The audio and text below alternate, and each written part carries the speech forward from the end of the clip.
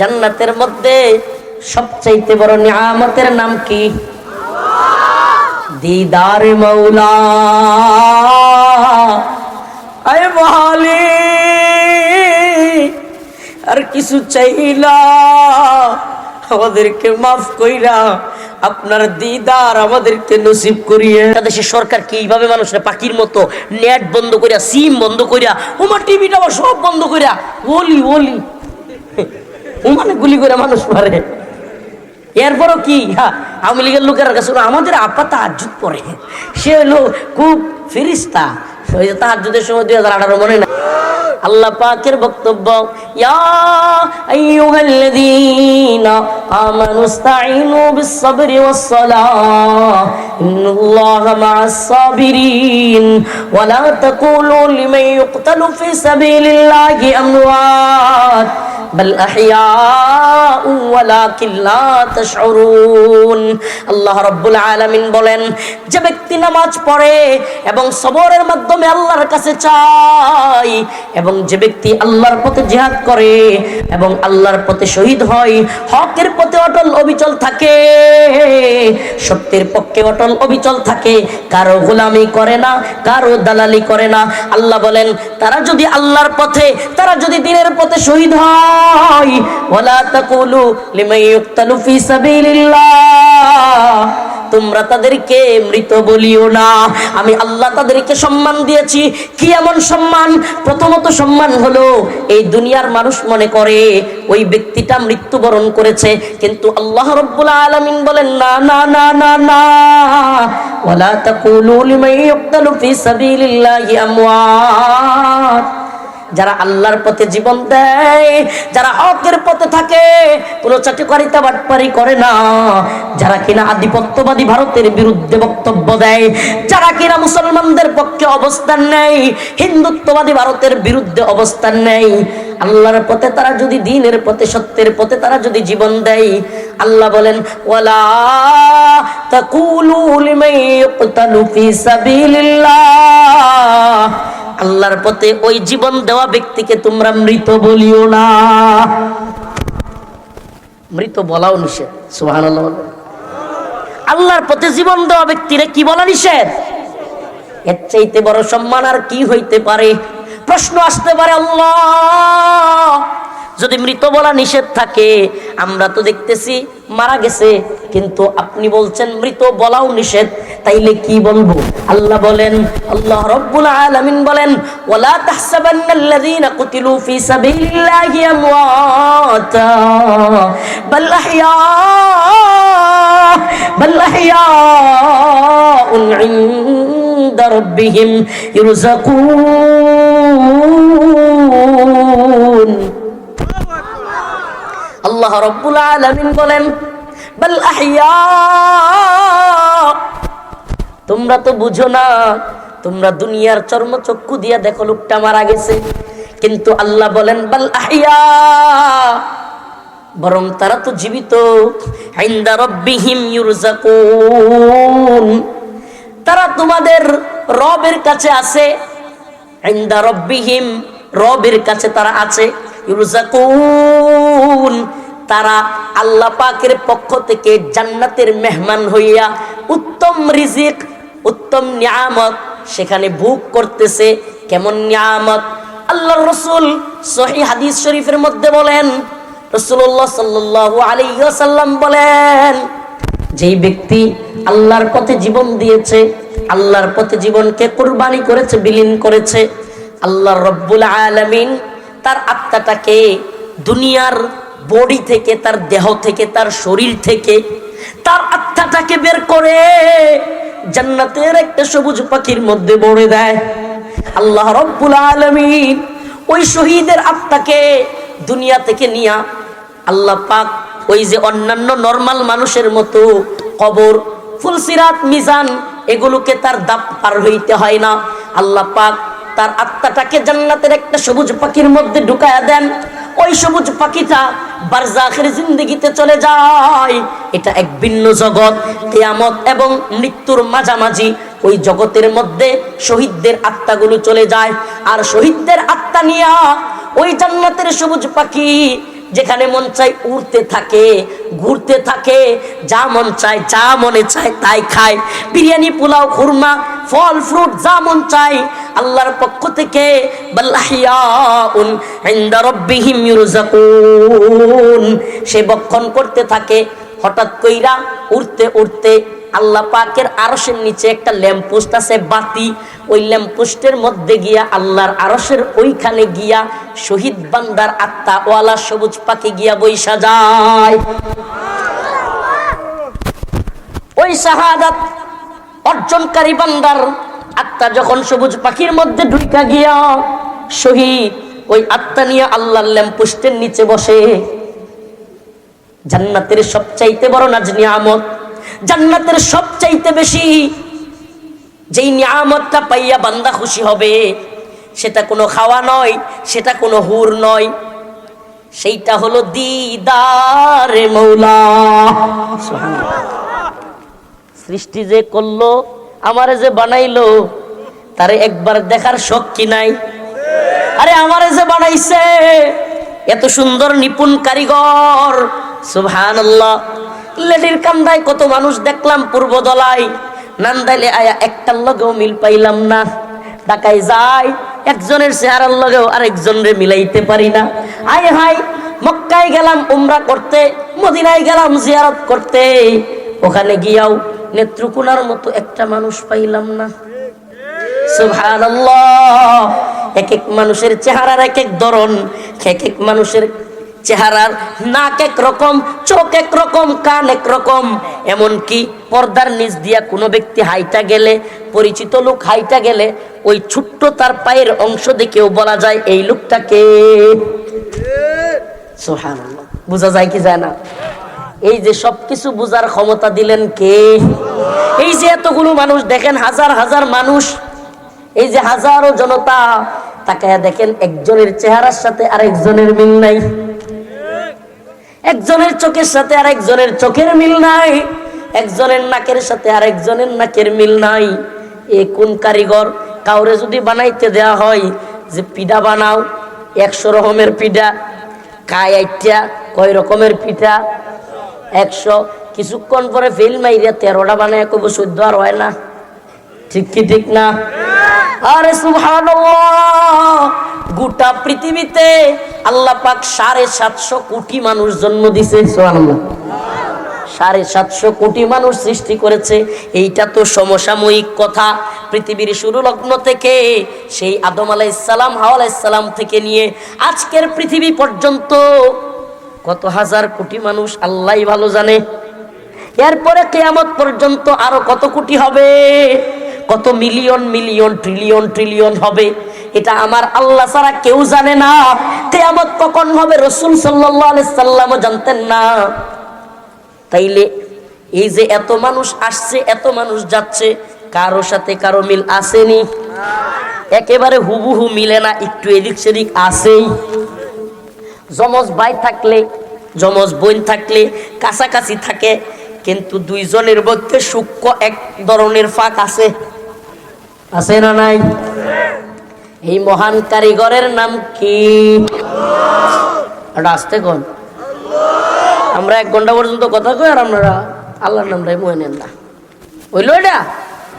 জান্নাতের মধ্যে সবচাইতে বড় নিয়ামতের নাম কি? দিদার মৌলা। আয় বহালি, আর কিছু চাইলা আমাদেরকে মাফ কইরা আপনার দিদার আমাদেরকে নসিব করিয়ে। আপনার কাছে আর কোনো চাওয়া নাই। আপনি জান্নাত দিবেন না কি দিবেন এটা আপনার ইচ্ছা, কিন্তু মালিক আপনি আমাদেরকে বানাইছেন, একবার আপনার দিদার নসিব না করাইয়া আমাদেরকে বঞ্চিত করিয়েন না। বলেন না আমিন। জান্নাতের ওই সবুজ পাখি আল্লাহর ওই ল্যাম্পপোস্টের নিচে যখন বসবে, আর আরশে আজিমের মধ্যে আল্লাহ তারা জিজ্ঞেস করবে, বান্দা, ও আমার প্রিয় শহীদ, ও আমার প্রিয় মাহবুব বন্ধু, তুমি কি চাও? ওই বান্দা বলবে, আল্লাহ, এই দুনিয়ায় যা কিছু পাই নাই আপনি সব দিয়েছেন, আপনি সকল নাজ নিয়ামত দিয়েছেন, চাওয়ার চাইতেও বেশি কিছু দিয়েছেন, আমি আর কিছুই চাই না। আল্লাহ দ্বিতীয়বার বলবেন বান্দা কি? বলবে মালিক আবার যাই। আল্লাহ বলবে কেন? কয় মালিক আপনি যেই নাজ নিয়ামত দিছেন, শহীদ হইয়া যেই নাজ নিয়ামত পাইছি, মন বলতেছে আবার যদি দুনিয়ায় গিয়া আপনার পথে জিহাদ করি, শহীদ হই, আমার তো সম্মান আরো বাইরা যাবে।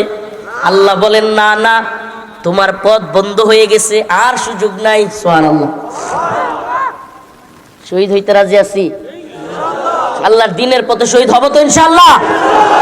লিল্লাহি তাকবীর, লিল্লাহি তাকবীর। বলেন আমরা সবাই শহীদ হব, রবের গোলামি করব। আমরা সবাই শহীদ হব, ভারতের বিরুদ্ধে যুদ্ধ করব। মাশাআল্লাহ। হিন্দুত্ববাদী ভারত যদি আমাদের উপরে অ্যাটাক করে, এই আমাদের ভাই শরীফ ওসমান হাদিকে খুন করছে, এই খুনির সর্বশেষ ঠিকানা পাওয়া গেছে কই? আমাদের ভাই মীর মুগ্ধরে আবু সাইদরে খুন করছে, হাসিনার শেষ ঠিকানা পাওয়া গেছে কই?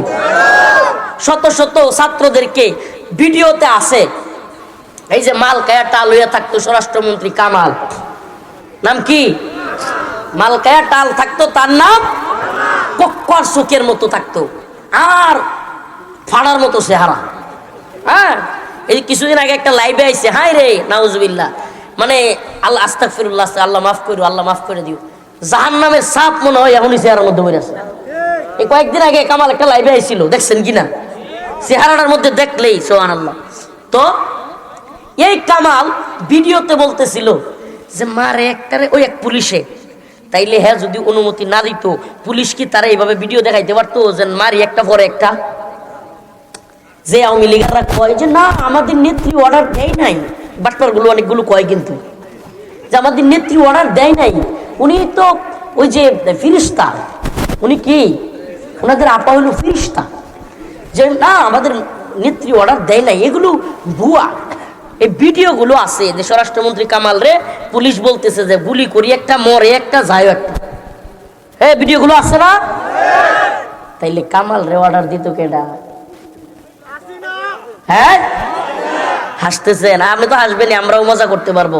কিন্তু যদি আমার একটা ভাই মারা যাইতো, যদি আমার পোলা মারা যাইতো, আমার ভাই মারা যাইতো, আমার পরিবারের কেউ মারা যাইতো, এই মুসলমান যারা এখনো পর্যন্ত সচেতন না। আচ্ছা, ডক্টর মোহাম্মদ ইউনূসের কথাই যদি আওয়ামী লীগের লোকই হোক এভাবে হাজার হাজার লোককে যদি মাইরা ফেলে, আওয়ামী লীগের লোকও যদি হাজার হাজার মারে, আমরা কি মানবো এটা?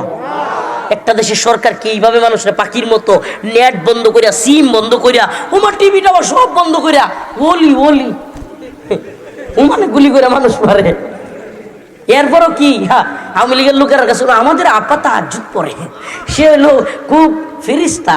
ওই যে তাহাজ্জুদের সময় 2018 মনে নাই, তাহাজ্জুদের সময় সব ভোট কেটে তুই দিছিল, মনে আছে আপনাদের? চিন্তা করেন, মানে হইলো এরা হইলো আস্তাগফিরুল্লাহ। আমার না মাঝে মাঝে আমার প্রতি তো এরা ক্ষুব্ধ হয়, আওয়ামী লীগের লোক দেখলে মাঝে মাঝে আমার মনে হয় আল্লাহর কোরআনের আয়াত, খতামাল্লাহু আলা কুলুবিহিম, আল্লাহ কইছে যে কিছু লোকের অন্তরে আমি সিল মাইরা দিছি, ওয়া আলা সামঈহিম, এদের কানেও সিল মারছি, ওয়া আলা আবসারিহিম গিশাওয়া, এদের চোখের সামনে পর্দা ফেলানো, এরা সত্য দেখবে না, দেখলেও দেখবে না, শুনলেও শুনবে না। কথা মনে হয় বুঝেন নাই?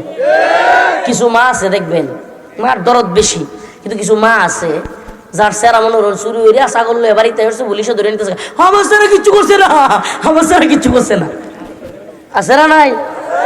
আওয়ামী লীগের অবস্থা এমন যে তাদের জাতির পিতা, তারা একটা বোন রেখে গেছে, জাতির বোন, এখন এটা যাই করো, আমার আপা কিছু করছে না, এদের অবস্থা এরকম না? ওই যে কয় না সুরের মার বড় গলা, ওই যে সুরের মা, কিন্তু ছাগল চুরি করে আনছে, সারা গড় রাখছে, সব জানে, এরপরে পুলিশ একজন ধরে নিতেছে, কি কয় আমার সারা কিচ্ছু করছে না, আছে না নাই? আওয়ামী লীগের অবস্থা হইলো এমন যে তারার যে জাতির পিতা, নাউজুবিল্লাহ, আমরা জাতির পিতা না, তারার যে জাতির পিতা, এই জাতির পিতা তারার কাছে আমানত রেখে গেছে, তারা আর কিছু নাই, সব মরে গেছে গা, সব ধ্বংস হয়ে গেছে, সব শেষ হয়ে গেছে গা। ওই যে কইছিল না যে স্বজন হারানোর বেদনা, তো স্বজন হারানোর বেদনা ওই সব শেষ, এখন দুইটারে তারার কাছে রেখে গেছে, এখন এটি যাই করুক তার অবস্থা হইল এরকম, আমাদের আপা কিছু করে নেই। আল্লাহ এদেরকে হেদায়েত দান করুন। আরো জোরে বলেন আমিন। তো যে কথা বলতেছিলাম, এইগুলো কোট করবেন, ইউটিউবারদেরকে বলি এই কথাটা। হাদিদের মাকাম, উসমান হাদিদের সম্মান এত কেন বেশি? লক্ষ লক্ষ জনতা কেন তাদের জানাজায় শরীক হয়? উকিল, ব্যারিস্টার, বক্তা, মুফতি, শাইখুল হাদিস, রিকশাওয়ালা, অটোওয়ালা, সিএনজিওয়ালা, ট্রাকওয়ালা, পুলিশ, বিভিন্ন গ্রুপের লোকের চোখে কেন পানি দেখলাম? আমি নিজের চোখে দেখছি। বড় বড় আলেমরা অজুরে কান্না করতেছে।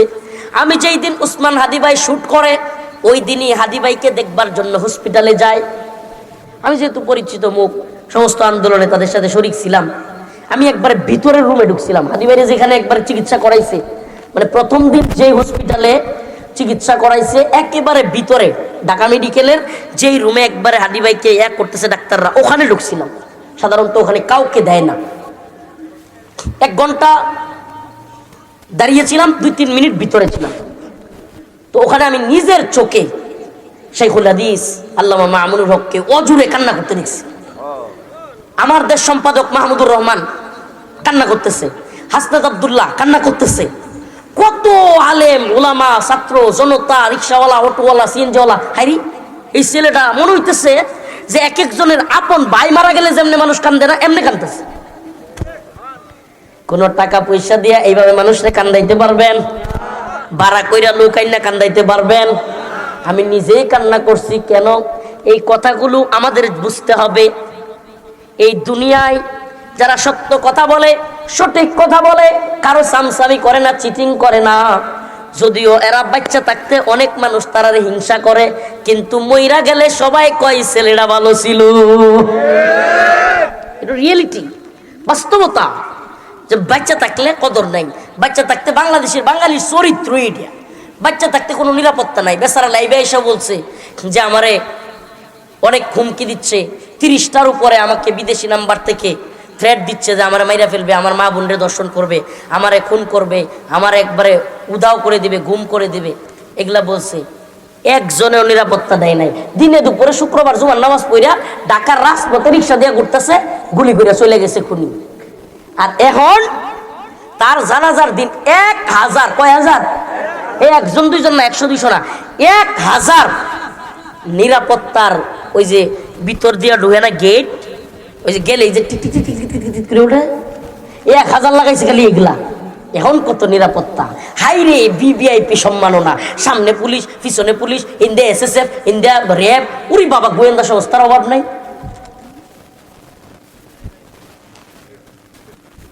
আমাদের নেত্রকোনা একটা কথা কয়, আস্তাগফিরুল্লাহ, কথাটা যদিও কেমন শোনা যায়, থাকতে মিডাই খানা, মরলে মিডাই 10 জনে মিল্লা হাতায়। পাউডাই রম হয়েছে না? থাকতে কোনো কদর নাই। বাংলাদেশের চরিত্র আল্লাহ মাফ করো কেমন। আল্লামা সাইদি রহিমাহুল্লাহ দেশ বরণ্য একজন আলেম। হাই রে, বাচ্চা থাকতে কত কথা, কত জনে, আবার কত ধরনের এই সেই মতভেদ, মত পার্থক্য চলে গেছে। হাই রে, কত কিছু। এইভাবে মা এতদিন সুস্থ আছেন, বেচারি কত ভালো আছেন। দেখেন, আমি কোনো, আল্লাহ মাফ করুক, আমার যা রিয়েল এটা বলার চেষ্টা করি। আপনার যদি মনে হয় যে হুজুরে এইবার নিবেন গে, এইবার নিবেন গে, আপনি নিতে তো হয়। 3 বারের প্রধানমন্ত্রী 2 কোটি টাকার চুরির মামলা দেয়া বেচারি রে বন্দি করে রাখছে। ওমা, কোনো নেতা নেত্রী দেখলাম না মরতে, আন্দোলন করতে, ভালো রকম কিছু করতে।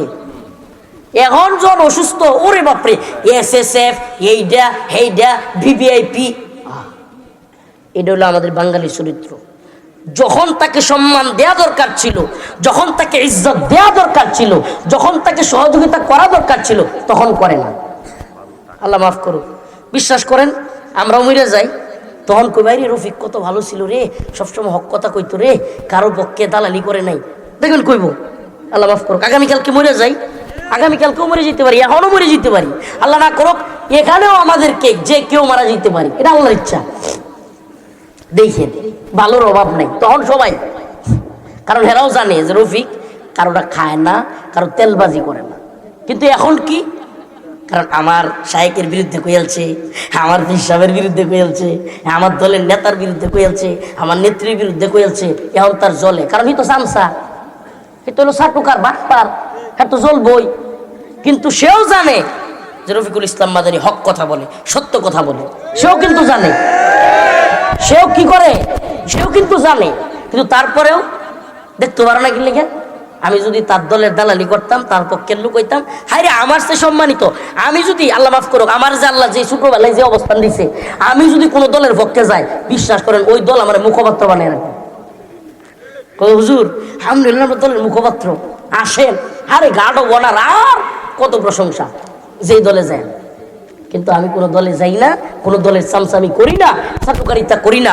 আমি স্বপ্ন দেখি, ছোট্ট মানুষ, কিন্তু আমি এক ভয়ঙ্কর স্বপ্নচারী, বিশাল স্বপ্ন দেখি। ওই যে ছোটবেলায় কইতো না যে বুল্লা কেতাত বইয়া বিশ্বজয়ের স্বপ্ন দেখে, আমি হলাম হেইছেরাম। আমি ছোটবেলায় যখন কইতাম যে ইনশাল্লাহ হিম্মত আছে, আম্মারে কইতাম, আমার ছোট ভাইরে কইতাম, বকুল ভাই তো ঘুম আছে, তখন পড়ি, তুই আমার ভাই আছি না, কই এলাকার মানুষই তোরা দেখতে না, এবার তুই করবে এসে।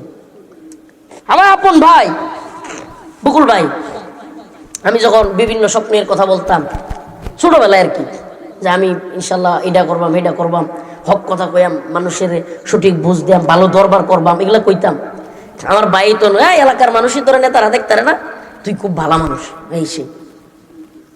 ওহন আবার কয় এলাকার মানুষ দেখতে না কি লেগা, ওমা এলাকার মধ্যে খুঁড়ি আইছে, নতুন কারেন্ট আইছে, খাম্বা বিদ্যুতের, ওই যে আপনার মিটার দেয় না, কি দেয় মিটার এক একটা, এই মিটারের লাগি সরকারের পক্ষ থেকে কইছে টিয়া পয়সা না নিতে, অল্প টিয়া 240 বা এরকম 300, ওই সময় আরো আগের কথা। এক একজনের কাছ থেকে হারা আওয়ামী লীগের নেতারা টিয়া নিতেছে 4000 করে, 1000, 4000, 5000। হ্যাঁ, তো আমি তো বান্দা হাজির। এখন আমি তার বিরুদ্ধে দাঁড়াইছি। এখন আমাদের এলাকায় মিডিয়া গেছে, তারপরে এই যে সরকারের পক্ষ থেকে লোক গেছে যাচাই করতে, গিয়া প্রমাণ পাইছে। এখন তো নেতারা, আওয়ামী লীগের নেতারা ধরছে, প্রত্যেক গ্রাহককে 4000 টাকা করে ফেরত দিতে হবে আপনাদের। এত কিছু করলাম কষ্ট করিয়া, এই চিটিং গুলো দেখেন করছে কি। এটা আজ থেকে কিন্তু, আমি আজ থেকে কিন্তু এরকম বিদ্রোহী লোক না, মনে হইন আছে এলাকার একটু খবর লইছে। এই মেলা শুরু হওয়ার কথা, ওই সময় মনে হয় আমার 15-16 বছর বয়স, আরো মেলা আগের কথা, এখন তো 30-31। এই সময় এত কষ্ট করিয়া আন্দোলন করিয়া মানুষের বুঝাইয়া, হ্যাঁ এটা করছি। হুমা মিডিয়া ভিডিও করতেছে, আর ইন্দা নেতা বই রয়েছে, এমপির বাতিজি 4000 টাকা করে দেয়।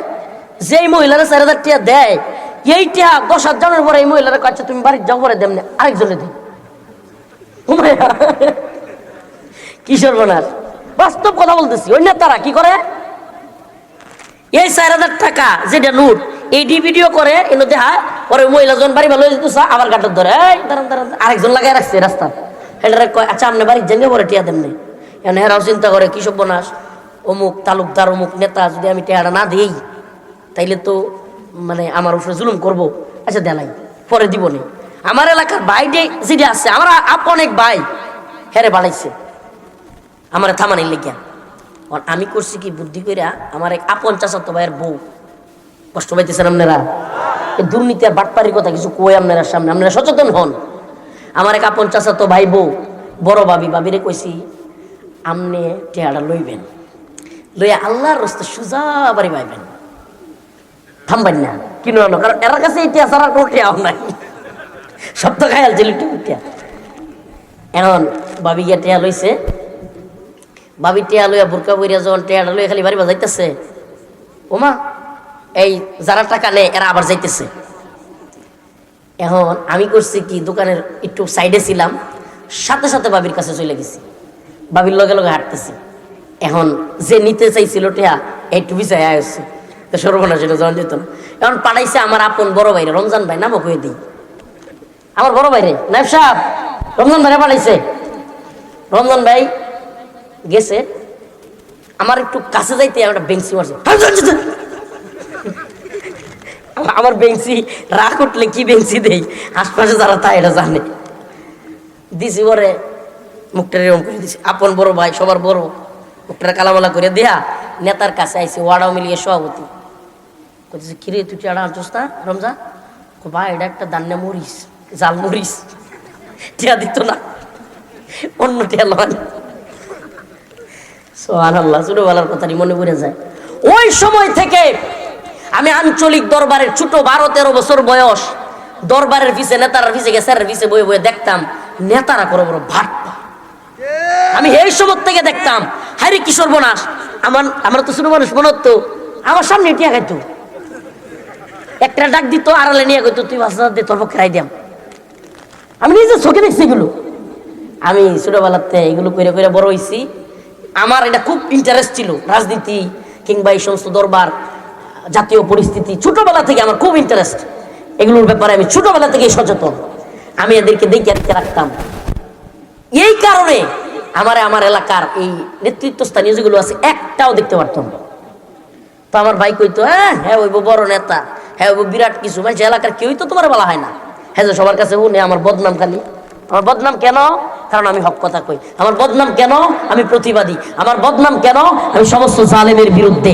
এই পৃথিবীর সবচাইতে বড় জালেম যদি আমাদের সামনে আসে, হাসিনা হোক, মোদি হোক, নেতানিয়াহু হোক, পৃথিবীর বড় পরাক্রমশালী ইনশাআল্লাহ বিইজনিল্লাহ হাদি ভাইয়ের মতো কিংবা তার চাইতেও বেশি প্রতিবাদী হয়ে সমস্ত জালেমের বিরুদ্ধে, সমস্ত নেতৃত্বের বিরুদ্ধে গিয়ে হলেও ইনশাআল্লাহ একটা ইনসাফের রাষ্ট্র, একটা ইনসাফের খিলাফার শরিয়ার রাষ্ট্র আমরা প্রতিষ্ঠিত করেই ছাড়বো ইনশাআল্লাহ।